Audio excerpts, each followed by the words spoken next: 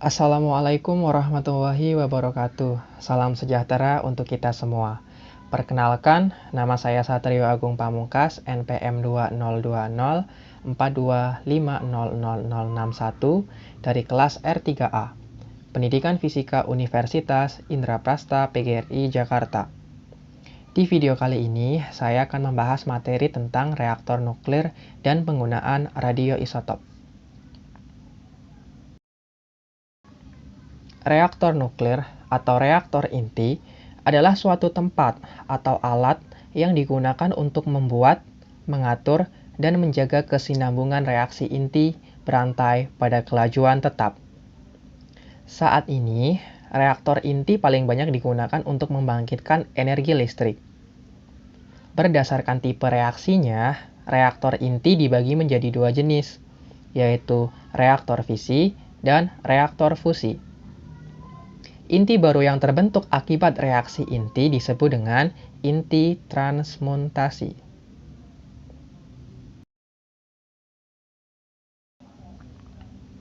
Oke, yang pertama adalah reaktor fisi.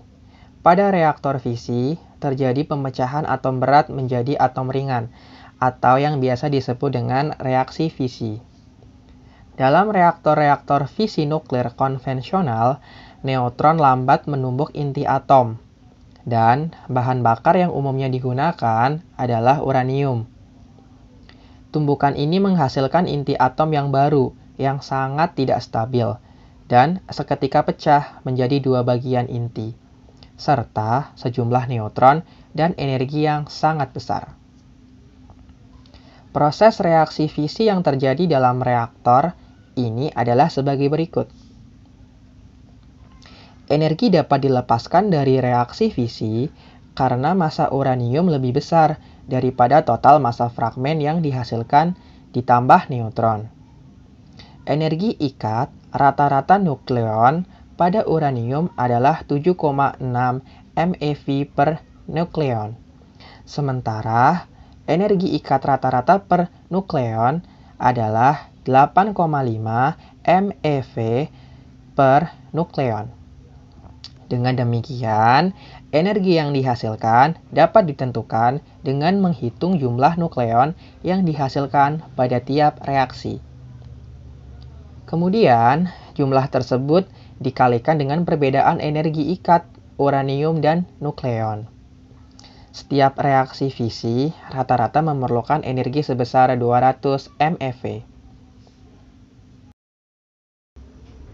Pecahan hasil reaksi fisi merupakan sampah radioaktif dengan waktu paruh yang sangat panjang. Hal ini menimbulkan masalah baru bagi lingkungan. Meskipun demikian, reaktor fisi memiliki kelebihan, yaitu mudah dibentuk dan dapat dikontrol. Berdasarkan energi neutron yang digunakan dalam proses fisi, reaktor fisi dibagi menjadi dua kelompok, yaitu reaktor lambat dan reaktor cepat. Reaktor lambat atau reaktor termal mempunyai moderator neutron atau material pelambat yang dapat melambatkan neutron sampai energi kinetiknya rata dengan partikel yang ada di sekitarnya. Istilahnya, sampai mereka ditermalkan atau mencapai energi termal. Hampir semua reaktor yang ada saat ini adalah jenis reaktor termal. Probabilitas terjadinya reaksi fisi antara neutron termal dan bahan fisi lebih besar untuk uranium-235, plutonium-239, dan plutonium-241. Sementara untuk uranium-238 probabilitasnya lebih kecil. Dalam reaktor termal, biasanya pendingin juga berfungsi sebagai moderator neutron. Umumnya digunakan pendingin air dalam tekanan tinggi untuk meningkatkan titik didih air pendingin. Reaktor diletakkan dalam suatu tangki yang di dalamnya dilengkapi dengan instrumentasi, pemantau, dan pengendali reaktor. Selain itu, terdapat juga pelindung radiasi dan gedung penahan radiasi. Selanjutnya, reaktor cepat. Reaktor cepat menggunakan neutron cepat untuk menghasilkan fisi dalam bahan bakar reaktor nuklir. Reaktor jenis ini tidak memiliki moderator neutron, Bahan pendingin juga kurang memoderasi neutron. Untuk menjaga agar reaksi nuklir berantai tetap berjalan, diperlukan bahan bakar yang mempunyai bahan belah atau fissile material dengan kandungan uranium-235 yang lebih tinggi atau lebih dari 20%. Reaktor cepat mempunyai potensi menghasilkan limbah transuranik yang lebih kecil. Hal ini dikarenakan semua aktinida dapat terbelah dengan menggunakan neutron cepat. Akan tetapi, reaktor ini sulit dibangun dan mahal dalam pengoperasiannya.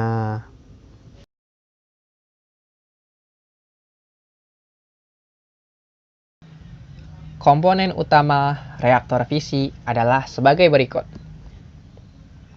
A. Tangki reaktor. Tangki reaktor berupa tabung silinder atau bola yang terbuat dari bahan logam dengan ketebalan sekitar 25 cm. Tangki ini berfungsi sebagai wadah komponen-komponen reaktor dan tempat berlangsungnya reaksi nuklir. B. Teras reaktor. Teras reaktor berfungsi sebagai wadah bahan bakar. Teras ini dibuat berlubang untuk menempatkan bahan bakar yang berbentuk batang. C. Bahan bakar. Bahan bakar nuklir terbuat dari isotop alam seperti uranium, thorium yang mempunyai sifat dapat membelah. D. Bahan pendingin. Bahan pendingin berfungsi agar tidak terjadi panas berlebihan dalam reaktor. Bahan pendingin bisa berupa gas atau air. E. Elemen kendali. Reaksi nuklir bisa jadi tidak terkendali karena neutron yang dihasilkan tidak dapat ditangkap atau diserap. Oleh karena itu, elemen kendali dibuat dari bahan yang dapat menangkap atau menyerap neutron. Elemen kendali juga berfungsi untuk menghentikan operasi reaktor jika sewaktu-waktu terjadi kecelakaan. Yang F. Moderator. Moderator berfungsi untuk memperlambat laju neutron cepat hasil reaksi inti hingga mencapai kelajuan termal. Hal ini bertujuan untuk memperbesar kemungkinan terjadinya reaksi berantai. Bahan moderator biasanya air atau granit. Selanjutnya yang kedua adalah reaktor fusi. Pada reaktor ini terjadi reaksi fusi, yaitu bergabungnya inti yang lebih ringan menjadi inti yang lebih berat. Hal ini terjadi karena energi ikat inti yang kecil lebih kecil daripada energi ikat inti yang besar. Perhatikan contoh reaksi fusi pada gambar berikut. Secara alami, reaksi fusi berlangsung di matahari dan bintang lainnya. Reaksi ini sulit dikendalikan karena berlangsung pada suhu yang sangat tinggi. Oleh karena itu, reaktor fusi sulit diwujudkan, walaupun energi yang dihasilkan sangat besar. Meskipun demikian, saat ini banyak negara yang melakukan penelitian untuk pembangunan reaktor fusi.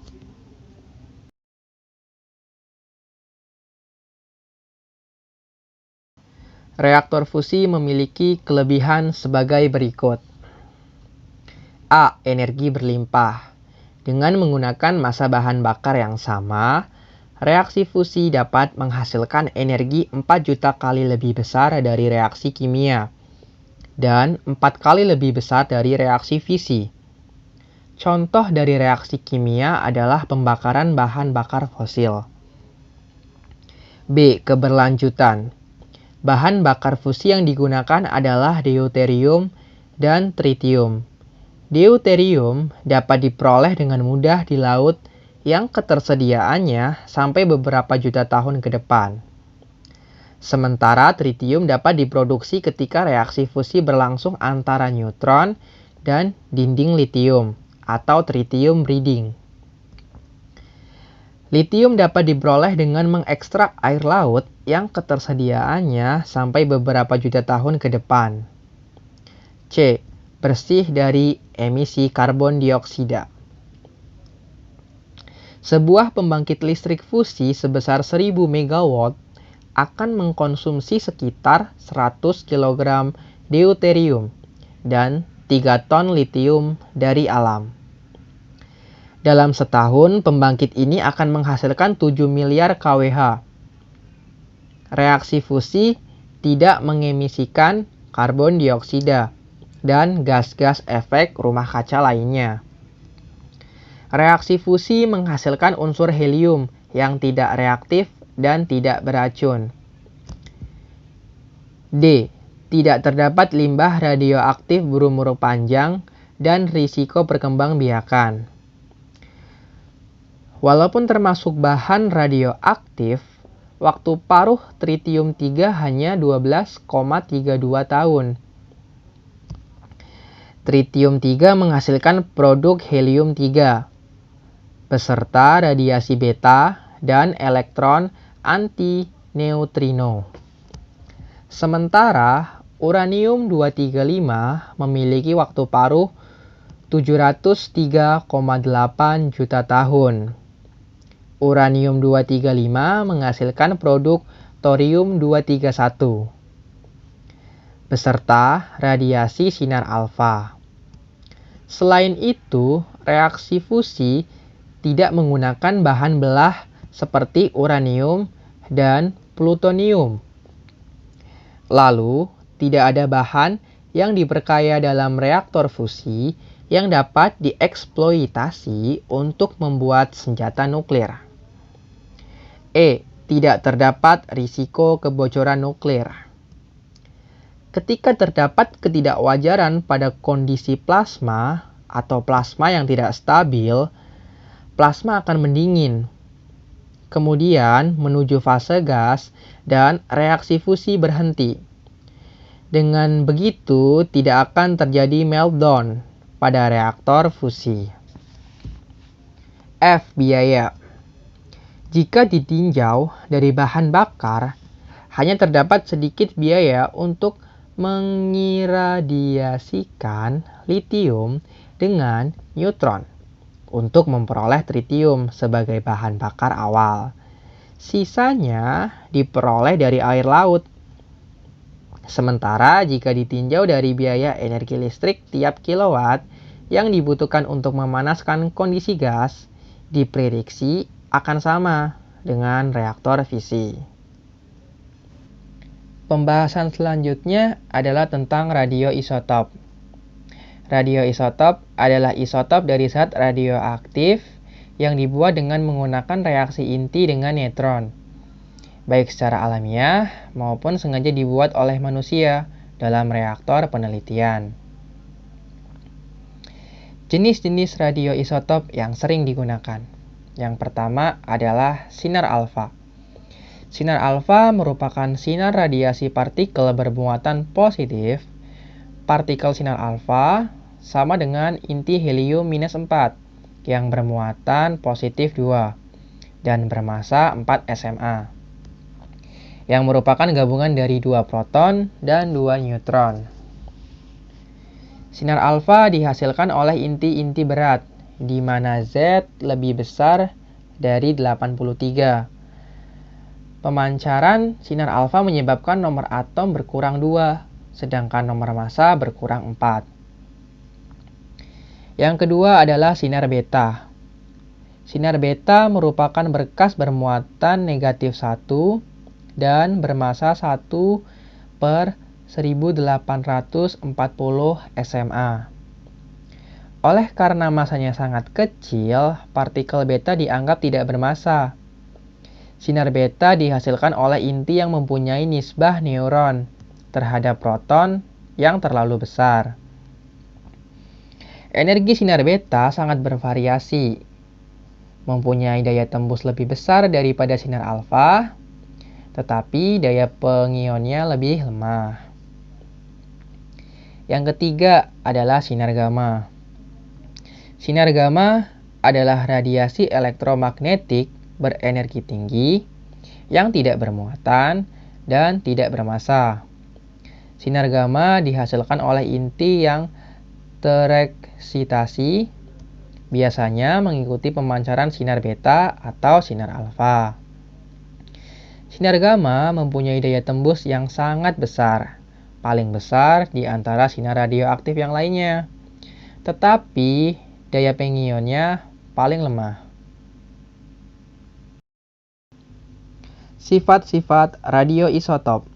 Yang pertama, radioisotop memancarkan radiasi dan mudah dideteksi. Yang kedua, laju peluruhan tiap satuan waktu hanya merupakan fungsi jumlah atom radioisotop yang ada dan tidak dipengaruhi oleh kondisi lingkungan. Yang ketiga, intensitas radiasi ini tidak bergantung pada bentuk kimia atau senyawa yang disusunnya. Keempat, radioisotop memiliki konfigurasi elektron yang sama dengan isotop lain, sehingga sifat kimia yang dimiliki radioisotop sama dengan isotop-isotop lain dari unsur yang sama. Yang kelima, radiasi yang dipancarkan utamanya adalah radiasi gamma, memiliki daya tembus yang besar. Pembuatan radioisotop. Produksi radioisotop dengan proses aktivasi dilakukan dengan cara menembaki isotop stabil dengan neutron di dalam teras reaktor. Proses ini lazim disebut dengan iradiasi neutron. Sedangkan bahan yang disinari disebut dengan target atau sasaran. Neutron yang ditembakkan akan masuk ke dalam inti atom sehingga jumlah neutron dalam inti tersebut bertambah. Peristiwa ini dapat mengakibatkan ketidakstabilan inti atom, sehingga berubah sifat menjadi radioaktif. Kegunaan radioisotop di bidang kedokteran. Radioisotop digunakan untuk radioterapi seperti larutan iodium 131, kelainan tiroid dan fosfor 32 yang merupakan radioisotop andalan dalam terapi policythemia vera leukemia, serta sterilisasi peralatan kedokteran dengan sinar gamma. Di bidang industri. Di bidang industri, radioisotop digunakan sebagai teknik radiografi yang dipakai pada tahap-tahap konstruksi. Teknik industri minyak bumi sebagai perunut mengatur ketebalan kertas atau aluminium foil dengan menggunakan sinar beta, mengatur ketebalan baja dengan sinar gamma, serta dapat digunakan sebagai penangkal petir dengan menggunakan radioisotop kobalt 60, amerisilum 241, dan cesium 137. Di bidang pertanian, radioisotop digunakan sebagai perunut dalam penelitian efisiensi pemupukan tanaman adalah fosfor 32. Teknik perunut dengan radioisotop akan memberikan cara pemupukan yang tepat dan hemat. Dalam bidang arkeologi, radioisotop digunakan untuk menentukan umur batuan fosil dengan menggunakan konsep peluruhan dan paruh menggunakan C14. Di bidang kimia dan biologi, radioisotop digunakan untuk mempelajari mekanisme reaksi fotosintesis, menunjukkan kesetimbangan reaksi dinamis, serta analisis dan pengaktifan neutron. Dalam bidang seni, radioisotop digunakan untuk pendeteksian pemalsuan lukisan dengan menggunakan sinar radioaktif. Di bidang geologi, radioisotop digunakan untuk menentukan umur fosil berdasarkan peluruhan C14, serta menentukan umur deposit geologi. Di bidang hidrologi, radioisotop digunakan adalah natrium 24, di mana untuk mengukur kecepatan laju dan debit air sungai, air dalam tanah, dan rembesan. Iodium 131 untuk mendeteksi kebocoran dan pipa penyalur yang terbenam dalam tanah. Demikian penjelasan tentang materi reaktor nuklir dan penggunaan radioisotop. Apabila ada tutur kata yang salah, saya mohon maaf yang sebesar-besarnya. Terima kasih telah menonton video ini dan sampai jumpa di video-video selanjutnya.